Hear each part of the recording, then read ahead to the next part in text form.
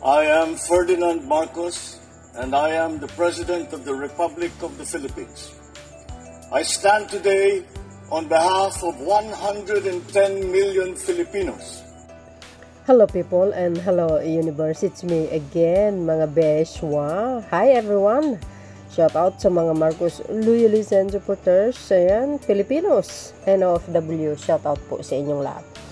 So, but anyway guys, mayroon tayong upload videos. Ayan, this is good news for everybody. Ayan, kung gaano kagaling ang namumuno sa palasyo. Of course guys, no, alam nyo kasi pag mabait ka, maraming blessing na dumating. Pag masama kang tao, wala, nganga ka, masalimuot ang buhay mo. Biblical po yan. Kaya nga, magtanim ka ng kabutihan, mag-aani ka ng mas maraming kabutihan. 'Di ba? Magtanim ka ng kasamaan, masasadlak ka sa mas kasamaan. 'Di ba? So dahil dito guys, magandang balita ito. Another investment for the Marcos administration. Saan galing itong investment na ito? Alamin po natin, mga kababayan. Nakita niyo yung Pangulo, grabe yung ngiti, Iba talaga pag matalino. Sana all matalino, no? Pero siyempre, si Pangulong Marcos lang ang biniyayaan ng katalinuhan na isang Pangulo ng Pilipinas. Walang kukontra dahil yun ang katotohanan. Kukontra kayo, siyempre anti-Marcos lang ang kukontra. So dahil ito guys, basahin po natin mga kababayan ang sinabi po dito, no, ng PTV4. Ayan, news updates. Malugod na tinanggap ni Pangulong Ferdinand R. Marcos Jr. ang 5.5 billion investment ng Japanese car maker na Toyota sa next generation Tamaraw na binubuo sa bansa. Ay my goodness! Ganda itets mga bes. Maganda yung balita ito. Magkano ba? 5.5 billion investment. Wow! May nakikita nyo ba? Or nakikita natin ba or ninyo mga kababayan sa mga past administration meron maganitong mga magandang idea tulad sa ginagawa ni Pangulong Marcos Jr. na nag-i-encourage ng mga foreign investment sa Pilipinas? Di ba wala? Kaya ang bansa natin nahuhuli na kulilat talaga as in. Dahil yan sa mga pinuno, hindi sila madiskarte actually, no? Wala silang pamamaraan. Ganun lang yan Kasi, alam nyo kasi, pag pumili kayo ng Pangulo, dapat, yung expert ba, no? Sa pamumuno, pagdating sa solusyon, hindi yung consumption, tulad ng mga past admin, consumption yun. Kasi, ang daming namatay sa war on drug kasi may tukhang. Kahit yung mga inosente na dadamay, papatayin na lang para magkapera, di kayo naloka. Pati mga pandemic, yung mga vaccine na yun, mga piki yata yan. Para lang kumita sila. Tapos yung sa Parmalee na sinasabi, ang laki nang nawala. Actually, 11 billion ang nawala kasi overpriced. Yan po ang sinabi ni dating Senador Gordon sa panahon ni Duterte, nawala ang 11 billion. Ang tanong, nasaan kaya yun? So tuloy, this will bring more jobs. Natural. Pag may investment guys, more jobs yan. Ibig sabihin, kailangan talaga ang manpower. Manpower. Ayan. Sabi dito, this will bring more jobs, stronger support for our small businesses, and a dependable partner on the road for daily commuters, saad ng Pangulo. Wow! Ayon sa Pangulo, nagbigay din ng Tamaraw ambulances upang suportahan ang programang Love for All ni First Lady Lisa Marcos. Wow na wow! O diba guys, blessing pa more. Yes, kasi mabait ang Pangulo, kaya more blessing. Okay lang yan, Mr. President. Pabayaan mo yung mga naninira sa iyo, yung mga umaalipusta sa iyo. Ganun din si Speaker, hayaan nyo yan. Yung mga nanira, no? May lahat yan babalik din sa kanila, no? Basta ang importante trabaho lang, walang personalan, natutugon ang problema ng mamayang Pilipino pagdating ng sakuna, o di ba? O, yan ganun lang yun. At saka, sabi nga ng Panginoon, huwag kang gumanti sa mga kaaway mo, hayaan mo ako ang gaganti para sa iyo. Ayun, yung mga pang-aalipusta sa kanya, pagmumura sa kanya, o anong kapalit ngayon? Issue pa more. O, di ba? Nilabas ng Diyos yung mga baho ng mga umalipusta sa Pangulo. Tuloy-tuloy po 'yan. ang punta niyan, guys, kulungan. Tuloy. I am delighted to welcome back a true Filipino icon and steer our path toward a cleaner, healthier, and more resilience. Bagong Pilipinas, dagdag pa ng Pangulo. Ayan, diba? Social, guys. Tingnan nyo naman. See? Ganda ng ngiti. Kaya salamat sa Japan, no? Na talaga naman isa sa mga nakakatulong din sa atin through their investment na billion.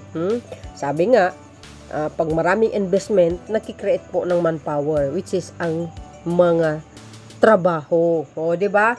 Pag maraming trabaho, means, tataas talaga. Ika nga, bababa ang unemployment rate. Pag yan ay magkakaroon lahat ng trabaho, well, less poverty. Pero depende na po sa buhay sa iyo yun. Kung,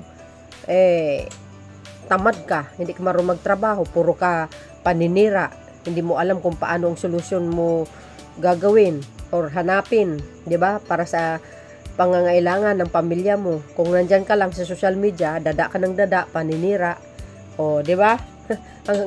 Hanggang mamatay ka na lang, ganyan ka na lang, di ba? O, so dahil dito, mga kababayan, congratulations sa ating mga sa ating mahal na Pangulong Marcos Jr. and more jobs yan. Tingnan nga natin ang highlights, mga beswa. O, di ba? Tapos nagbigay pa ng Tamaraw ambulansya para kay First Lady Lisa Marcos sa kanyang love for all. Ay, wow, social ito, guys.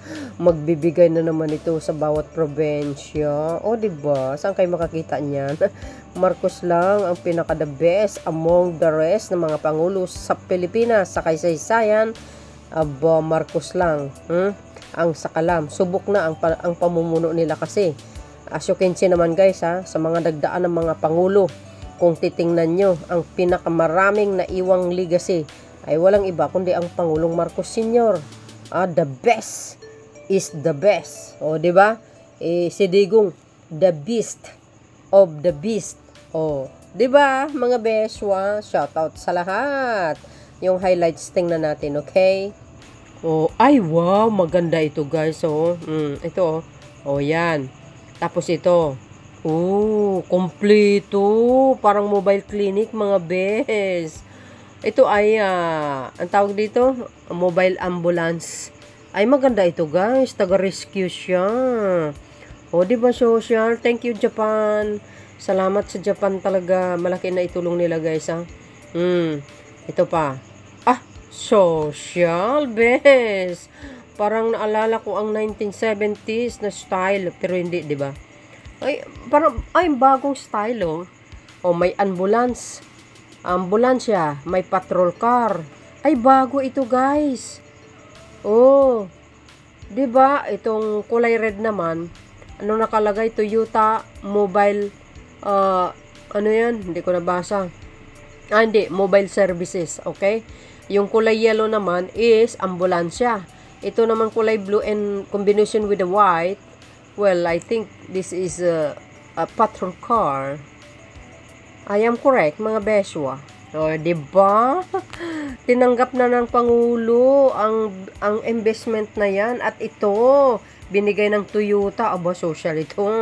Di kalidad ang pangalan, guys. Pag sinabing Toyota, aba, talagang ito, maganda. Branded, kumbaga. So, dahil dyan, mga beswa, ayan, kikita nyo yung mga gabinete niya. Side by side, Japan, tapos Philippines. Ay, wow, social. Diba? Ganda. ang sabi ko, this is good news for everybody, okay? So dahil dito mga bes, dugtungin natin.